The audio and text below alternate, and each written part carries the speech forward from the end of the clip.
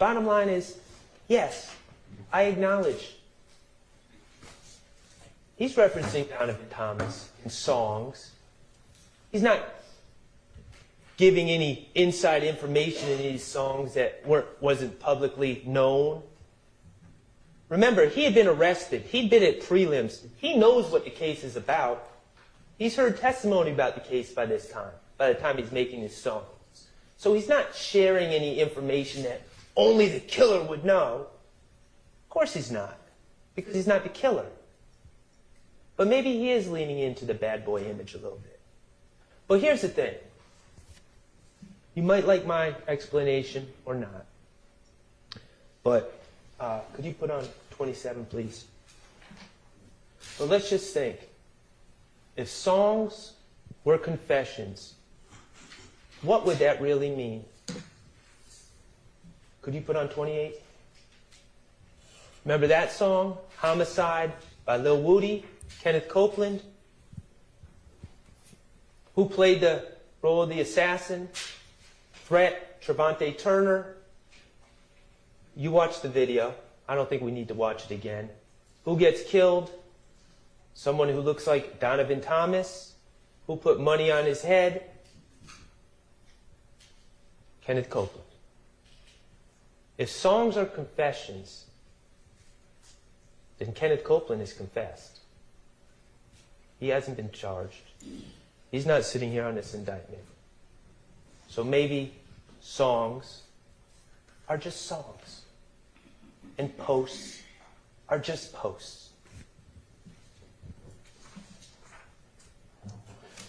So let's talk about Donovan Thomas and some of the evidence in this case. Eyewitnesses. Who did we hear from? We heard from Reginald Hendricks. He was a gentleman that was shot. He was standing near Donovan Thomas. He didn't identify anyone. We heard from two witnesses, two people that were in the barbershop, working in the barbershop.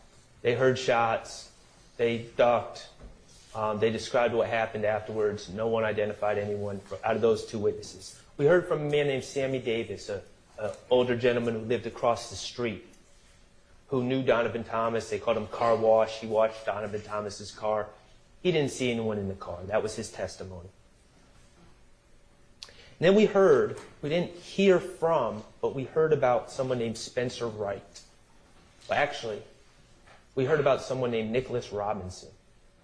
What did we hear about Nicholas Robinson? And Investigator Thorpe talked about it, and definitely District Attorney Sprinkle talked about this as well. What did we hear about Nicholas Robinson? We heard about Nicholas Robinson September of 2015. He was being arrested for felony theft and a probation matter. And when he's being arrested, and when I say he's being arrested by the Atlanta Police Department, by an officer, and he's hours away from having, you know, what I like to talk about, the Fulton County Blues. He's hours away from having that blue jumpsuit on, right? And what did we learn that Nicholas Robinson did? He said, "Whoa, you guys arrested me. I want to go talk to a detective about a case." So they take him to Thorpe. He wanted to talk to him about the Donovan Thomas homicide. They take him to Thorpe, and Thorpe starts to interview him. Okay? And Nicholas Robinson claims he's at the scene and starts talking to Investigator Thorpe about what he saw. And that would be hearsay to talk about because he didn't testify. But we also heard that in the middle of that interview, Lieutenant Gaither was there. She's doing research into the background of this Nicholas Robinson. And what does Lieutenant Gaither realize? Wait a second. This man who's saying his name is Nicholas Robinson, this man is telling Detective Thorpe his name is Nicholas Robinson, his name is actually Spencer Wright. So she goes and tells Thorpe. And what does Thorpe do? He's interviewing someone about what they allegedly saw in this high-profile case, and this person has just lied to him about his name. What does Thorpe do? He continues to interview him. And in the very next day, he goes out and takes warrants on 4 people, including my client. Then we hear about DA Sprinkle taking over this case in the investigation in early 2016. And him seeing this mention of this Nicholas Robinson, who was really Spencer Wright, and where he said he was when he witnessed events. And we hear about DA Sprinkle getting the surveillance and checking into it and talking to Spencer Wright. Where did you say you were? On what bench? Where? Circle it on his picture. And about how he went to look at the surveillance himself. And what did he see? An empty bench.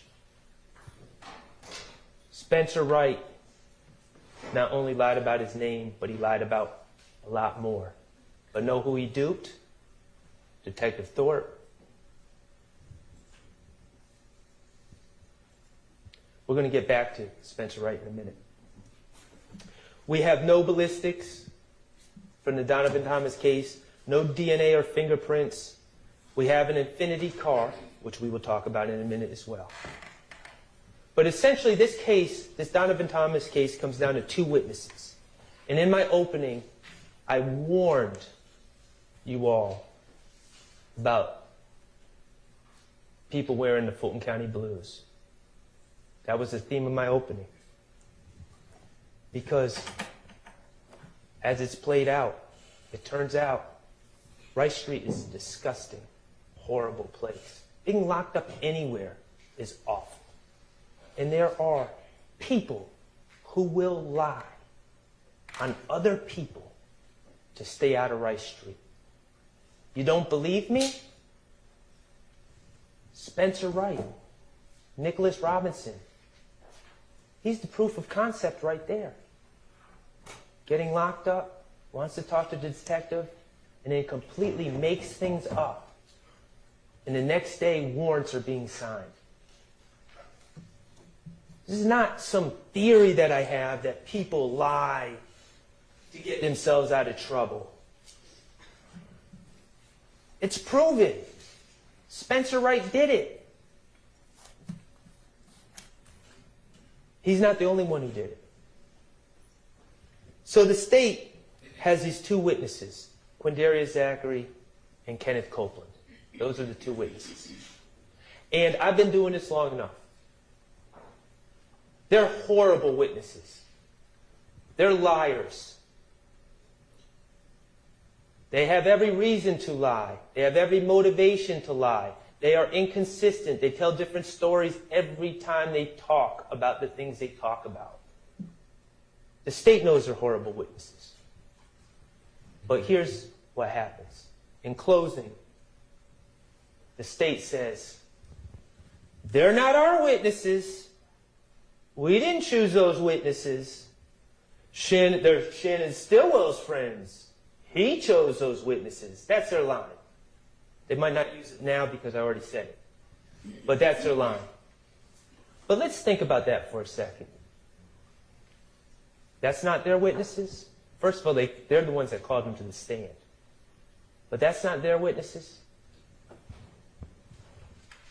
Look at this indictment. 28 names. Quindarius Zachary? Is he on this indictment? No. Kenneth Copeland? Is he on this indictment? No.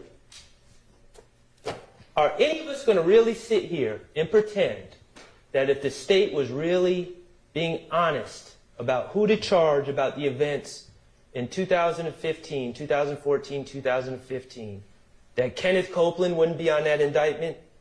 Kenneth Copeland was a one-man crime wave in 2014, 2015. Yet, he's not on this indictment. Quindarius Zachary was a straw purchaser for guns. Quindarius Zachary was right in the middle, the impetus for one of the overt acts, the April 28th, 2015 shooting of houses. He's right in the middle of this. And they're not on the indictment?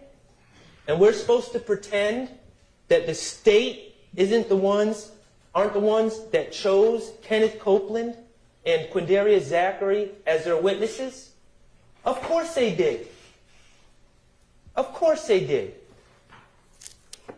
And why did they choose them? What are the qualifications that Kenneth Copeland and Quindarius Zachary both had when it really comes down to it?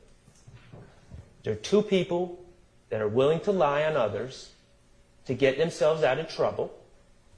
That was one qualification that they had. And two, they are two people that happened to put themselves in situations, serious situations, that would require them to lie on others to get themselves out of trouble. Those were their two qualifications. And the state said, sounds good. We'll sign you up. You're our witnesses. You're no longer on this indictment.